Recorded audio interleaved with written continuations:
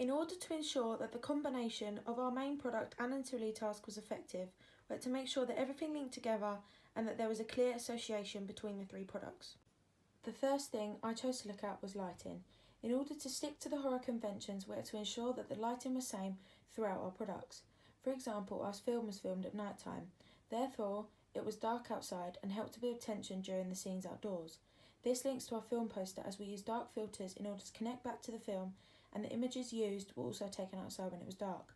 Our review links back to our other products because the image of our villain that we used was taken outside in the dark with the only lighting coming from the mask, which stood out against the black of the overall image. Next, I chose to look at images and characters. The images used on the film poster contain the same images as the review. The main image on the poster is of our villain. The image is lighted and covered with a mist to display the theme of a dream which connects back to our storyline. The image below this is of our main character Rosie crossing the road.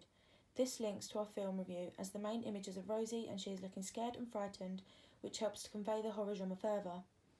The image of the villain used on the review is the same image used on the front of the poster, and again, the light is coming from the mask and drawing attention to it.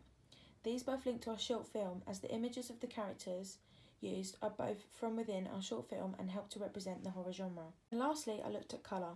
When creating our film poster, we had to ensure that we considered the colours used throughout the film and review. On the poster, I used a dark filter in to match the colour of the film, along with the background to the poster was black. I chose to do it this way because I knew that any writing we place on top will stand out against the black, which by using white writing throughout the poster allowed this to happen. This combined with the review kept the colour scheme in mind because I used red, black and white.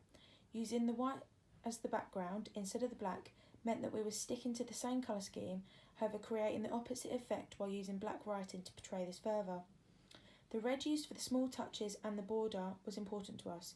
Even though we did not use red in our poster, we decided that in order to keep in contact with the conventions of the horror genre, we knew that red is typically identified with horror and associated with blood, death and danger, and this is also the reason we chose to use red instead of another colour.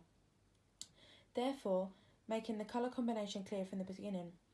We chose to use dark colours because in order to portray the genre to an audience, we had to think carefully about the colours we chose in order to help combine the three products together to make them effective. Overall, I feel like it was obvious that they are all from the same film. There is a clear aesthetic to the work we have created. We have learned that we have to ensure that all our products need to effectively combine together in order for them to work as one whole product.